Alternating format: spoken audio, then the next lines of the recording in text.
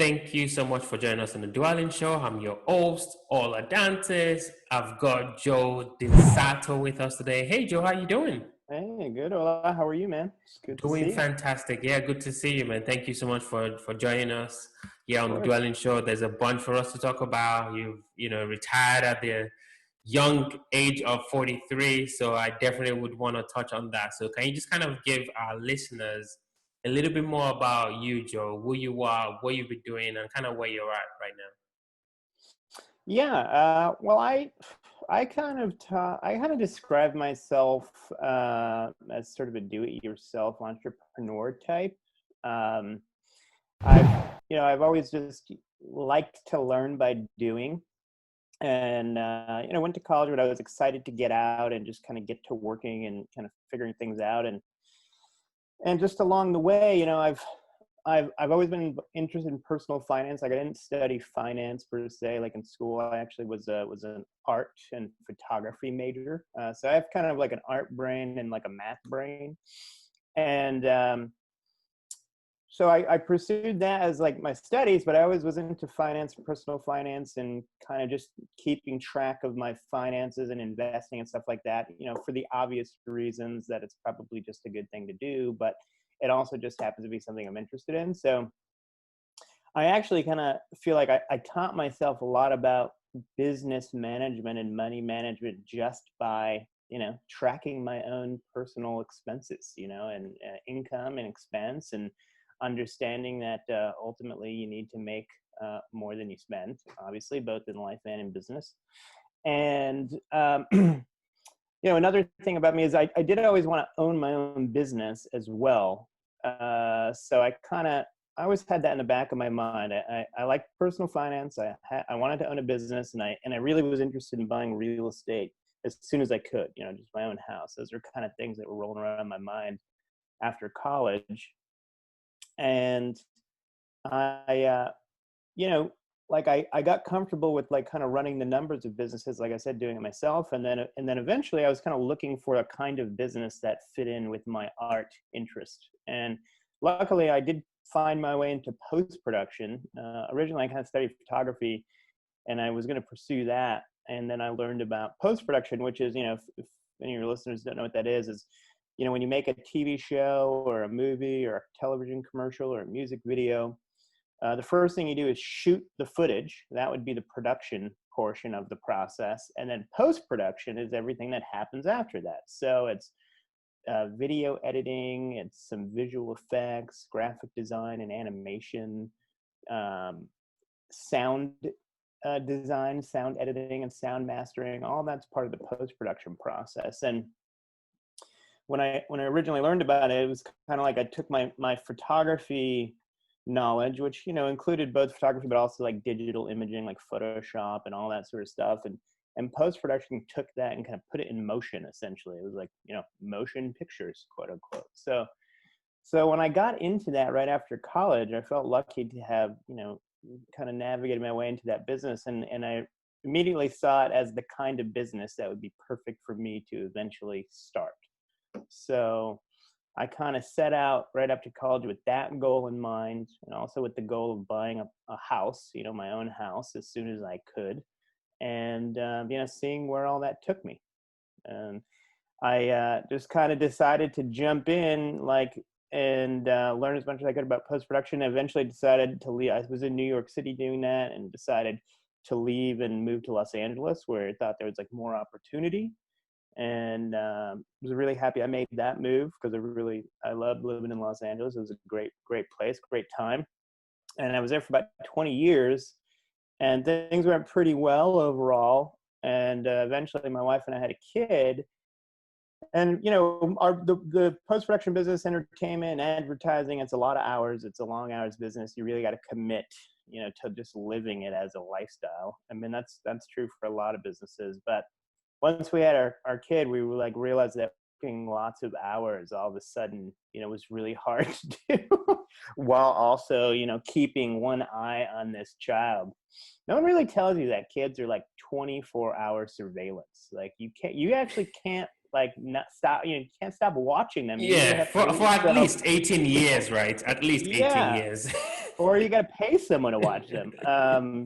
But so we decided, well, things had gone pretty well up to that date. We kind of built up a pretty decent net worth, and we decided that we would try to, exit our kind of crazy lifestyle, move to a cheaper area, reduce our overhead, and see if we could work less. And, and I actually kind of consider myself what I call semi-retired, because a lot of our investments are in real estate, and they're not always producing enough cash flow at this point for us to live off this entirely. So I work part-time now, which is actually great because I really do like working, and, make about 3/4 of our income from that. And then the rest we supplement with, cash flow from real estate. So Yeah. So it's been a good change. It's been really crazy change, but we are able to spend a lot more time with our kid, which is our goal, and we've been enjoying that. And now we live in Florida. nice. I mean, there's so many things that you said, but I really wanted to kind of jump on something that you said. You said the cash flow from the real estate you own now is not enough, to where you'll be completely retired, right? So you're semi-retired. And, there's also this big saying in the real estate investing world, like, quit your job, burn the boats, and, just go all in, right? Hmm. That's one school of thought, obviously. So what are your thoughts in terms of, folks that are thinking of actually leaving a day job, maybe well paying, maybe not, but leaving Yeah. a well paying job, let's say, to go into real estate full Well, time? you know, I look at it a lot of people talk about real estate as this passive income stream and all that sort of stuff. And there's a wide range of what that could mean in real estate. But, I look at it like this, like with anything in life, the more you put in, the more you're going to get out, right? So if you're going to work your real estate, as in you're going to really dig for deals, you're going to do renovations yourself or manage them yourself, you're going to find your own tenants, you're going to manage the property. You're really not, that's not a passive endeavor. I mean, that you just basically, are changing your career from whatever your current day job is now to being a real estate property manager, of the properties of which you also happen to own. So, the whole idea of people having like 50 doors that produce $300 a month each, and they're like on some island, somewhere, and they don't have to do anything. I don't believe that. I think that's a myth personally. But doing real estate and you are in that case having your own business, and you are in business for yourself, and you own all the assets of the business. So you've positioned yourself in a much better scenario in life that is much, as you pay those properties off, will probably eventually produce a significant amount, more positive cash flow. And maybe then you could pay someone to manage it, and it could be truly passive. So I think overall that's a good thing to do, especially if you don't like your career. It's a great way to get in business for yourself.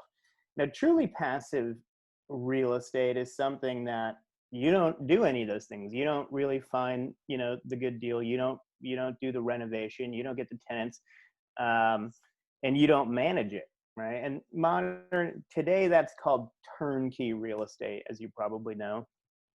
But and I actually I own a bunch of turnkey real estate. I own about 8 properties, and I did a study on like how much positive cash flow they actually generate. And the reality is it's not that much. You don't do that much work for those properties, so you're probably more realistically going to be getting some kind of return that is in line with like the stock market, something like that. So if you look at the studies on my website, you definitely do better, I think, on overall versus stocks, but it doesn't all come in terms of cash flow. In my case, it was really a mix of more principal pay down and appreciation, where I made pretty good returns on my invested cash in those properties, but those weren't generating big cash flow stream.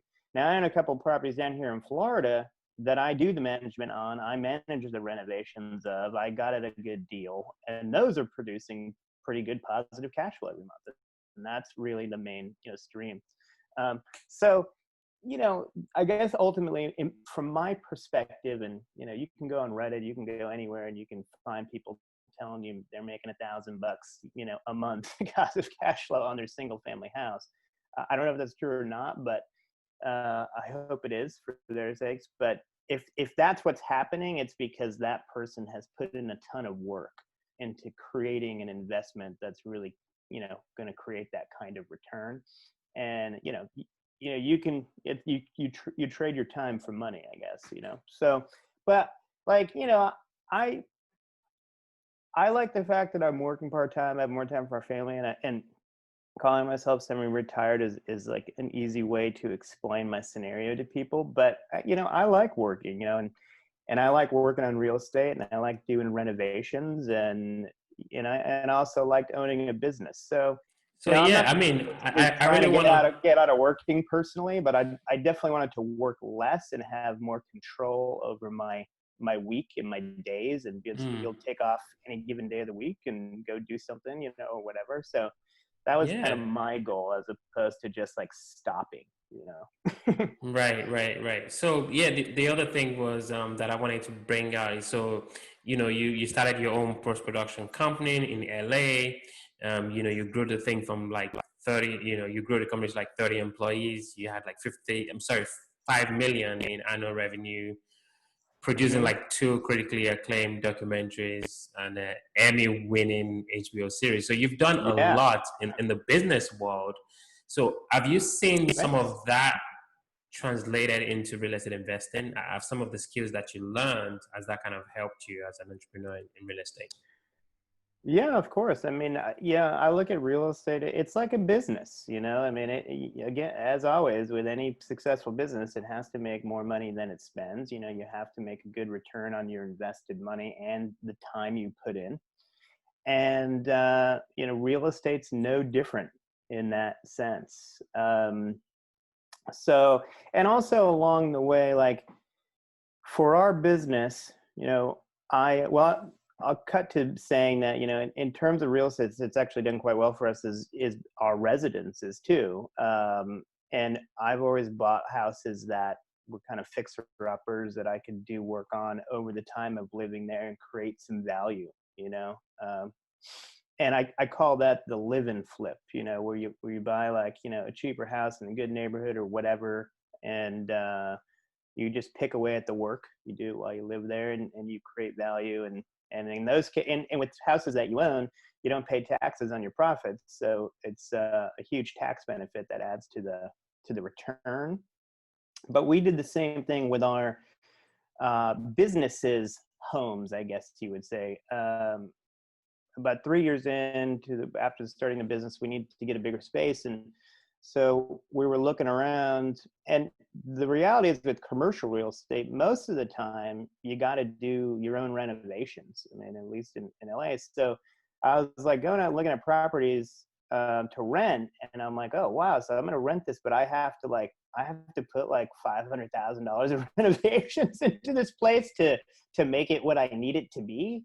Like, wow, that just seems really, really like a weird thing to do, to spend all that money for the benefit of like the someone else who owns this property. So I was like, shouldn't we just own our own office? That seems to make sense to me. And it's no different than the concept of owning your own house. We're going to be spending money on rent anyway, so we might as well have that rent going into an investment that we happen to also own. And so those projects that were actually kind of bigger projects, they were 10,000 plus square foot buildings that needed like significant development and stuff, and like full architectural, full permitting, full everything. But so I really had to like put pen to paper on those things to see if it was going to be a successful endeavor for us, really, to do it, based on the amount of money we had to put up, based on the long-term risk and what have you. So my business skills of just analyzing exactly what we're doing, exactly what we're selling, what our services are, like what our gross profits are on what we're doing, just doing all the basic, legitimate math that you have to do to decide if your business venture is a worthwhile venture. I, started applying that to the more larger scale real estate endeavors. And in the end, we ended up doing two. We bought the building at that time. We were there for about 8 years. The market really had a good uptick. So we decided to sell, take some of our winnings, and then put the rest into a new building that we thought was bigger and in a better location, and also in our case had a parking lot, because our first building didn't even have on-site parking, which is kind of crazy. And What was that, the $10 million commercial property? Yes, yeah, that's the second one that we did. It turned out to be about a $10 million project. And that sounds crazy to me even saying it. I mean, that's not a lot of money for big real estate developers, but again, we're small business owners. We're just like regular people doing our best and like having some luck and working hard. And so that was like a really big, endeavor for us. We're like, are we really doing this? This is crazy.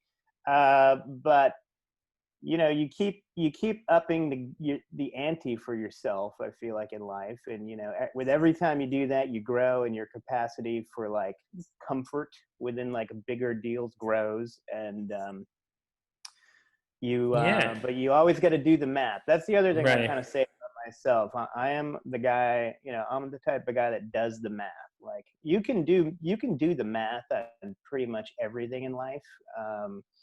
And figure out, to a fairly reasonable degree, what's going to happen before it happens. But, a lot of people don't like doing the math, so they just go do stuff. And sometimes it works out great, and sometimes, it doesn't. And, everybody Yeah. gets their process. But I do the math. Yeah, you got to do the math. I always say my Excel spreadsheet, my cell doesn't take excuses, only numbers. Right, exactly, man. Yeah. So yeah, you say something that I really like. How to retire rich and still have a family. So I'll put Mm-hmm. a little bit of a twist on that. How to retire wealthy and still have your wife. Right. And she Yeah, still likes it's you. interesting. Like, yeah, it's funny. I mean, we did it the way we did it, which was basically I didn't have a kid until I was 40, and I think that's a good way to go, especially knowing what I know about kids now that I have one. Is that they suck up a ton of your time and a ton of your money. So, like, not that that's a bad thing, but if you don't have them till a little later, you give yourself more time to accumulate and like, spend the hours you need to build your career and like put in the weekend hours to, go real estate hunting and do all those things. So that just I didn't set out to do it that way. It's just like I was just enjoying working, and I was like, I don't really want to change course. And then Yeah, once you did, if my wife, yeah, you say that to wait till 40, she might have an issue with that. yeah, I know it's not for everyone, and it does have its drawbacks in that you're a little more tired at 40, and kids have a lot of energy, but like my wife, luckily, she was kind of on the same page. She worked too. We both worked a lot in LA. We were in the same business. We worked together. And so we were happy kind of just working on the career for a while. And then, what happened was is we had our son, and we felt lucky that we were in a position where we could change course. Like we had accumulated enough money basically where we felt like comfortable taking that kind of leap, that we had runway to do that and time to figure out if we could figure out a new thing to do that was part-time, that was still making money and filling the gaps and so on. So, and then we moved, we could move because we were like, well, we're going to change our work. She's not working now. She's a full-time mom. And I was able to put together this sort of consulting business that I can do from anywhere. So, we moved from LA, but that was another big thing. Like we were able to buy a house here in Florida outright.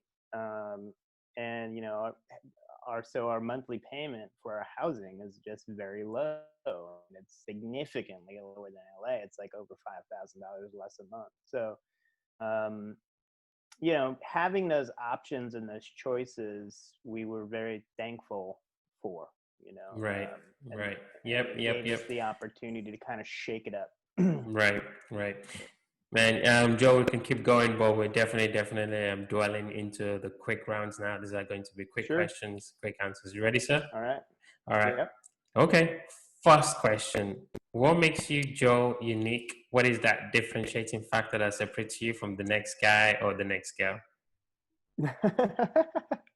Well, what I think is one of my differentiating factors, it's not all that charming, but I basically have a little bit of OCD, or obsessive compulsive disorder. I mean, luckily it's not like a clinical where I'm like washing my hands all the time or whatever, but once I get started on something, it's like really hard for me to put it down until I'm done with it.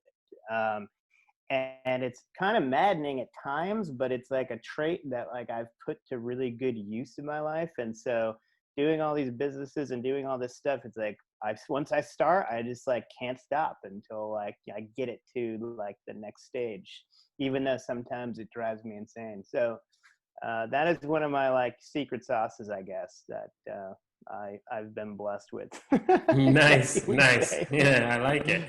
Next question. What was the last book that you read, and kind of what was the one thing that you picked out from that book? The last book that I read is not a business book. It's called A New Earth by Eckhart Tolle. And I think it's really good for whether you're, business focused in your life or not. Like, I'm trying to find some part of life that's like less work oriented right now, but it's really about ultimately like uh, realizing that like the important things in life are happening like right now. They're not like off into the future, and they're not behind you. Like you need to pay attention and enjoy what you're doing right now. And if you're not enjoying it, you got to recognize that too, and try to make some changes. So it's a really cool book. It's a very unique way to like understand the human psyche, and I recommend it to everybody. I think it's a really fascinating book. It's called The New Earth by Eckhart Tolle. And he Eckhart has a really Tolle. soothing voice. Yeah, I know him. He's I got, listen to it. He's got a yeah. very soothing voice, so it's actually a really nice book to like just fall asleep to. Nice, nice. Final question. You guys are in sunny Florida. You've got your wife, you get your son, you've got obviously the businesses going. What do you do for fun? I have to say, I'm still like lacking a little bit on the fun side, because the free time now is filled up with our son, and that is super fun. But it's not like I'm out golfing or whatever. So one of my really fun things to do with my son is he's 4, and he's got a Razor scooter now, and he really digs that. So usually, 3 or 4 times a week, we Razor scooter down to like one of the local, lots, like elementary school parking lot, and like basically shred the lot and ride up on the sidewalk and slalom around car stops and stuff like that. So that is definitely something that I enjoy doing. We do that a bunch of times a week, and we play a lot of Monopoly. Actually, in the last few months with the COVID thing, he's really taken into Monopoly. I mean, I have to say, I'm really impressed, and That's he's good. actually legit beat me at Monopoly like a couple of times. Wow, that's awesome. That is Yeah, I awesome. got a great photo I could send you. You could put it on the page or something. It's of him like with his actual winnings and all the properties. Wow. He does love Park Place and Boardwalk, I have to say, and they Yeah, work he's for him. smart. He's gonna be a great real estate investor. I hope so. I hope Yeah. so. So if there's somebody listening to our conversation and maybe they want to check out your blog, Play Louder, or they just kind of want to connect with you, kind of Yeah. learn more about you, what's the best place to book and reach out, get to learn more about you? Yeah, my blog is a great place to go, playlouder.com. I mean, I got social medias, but admittedly, I'm not all that great on there, but I do post everything on my social medias. But yeah, on my website, what I'm doing now, like, kind of for that part-time living, is doing financial and business consulting for small businesses, mostly in Los Angeles, but some now just around in Austin and Minneapolis. And so they kind of pay me to do all these things for them, but I have lots of posts and information and free courses that apply all that info that you kind of put to a small business, to the individual, and it's all on my website. I enjoy putting it out there. I'm available for questions and answers, and So I would go check that out, and you can learn a little bit more about me too if you like. I mean, I really do feel like you have to treat your personal life, you, as the business of you. Even if you have a a regular full-time job, you're still a business. You're providing a service yourself. You have one client in that case, but you want to like do a good job for them. Hopefully they'll want to keep paying you more and all that sort of stuff. So I've always had that mindset. Of whatever I'm doing, I just kind of be business minded about it. I often say that people need to be uh, financially prudent, business minded, and investment focused. Wow, In love that. life to be successful. So I apply all the thoughts of owning and running a business just to your personal life. Treat it the same way. Joe, thank you so much. Learned a ton myself. I really appreciate you taking time out today. Thank you, thank you, thank you. Yeah, thank you. Well, I appreciate you having me on, man.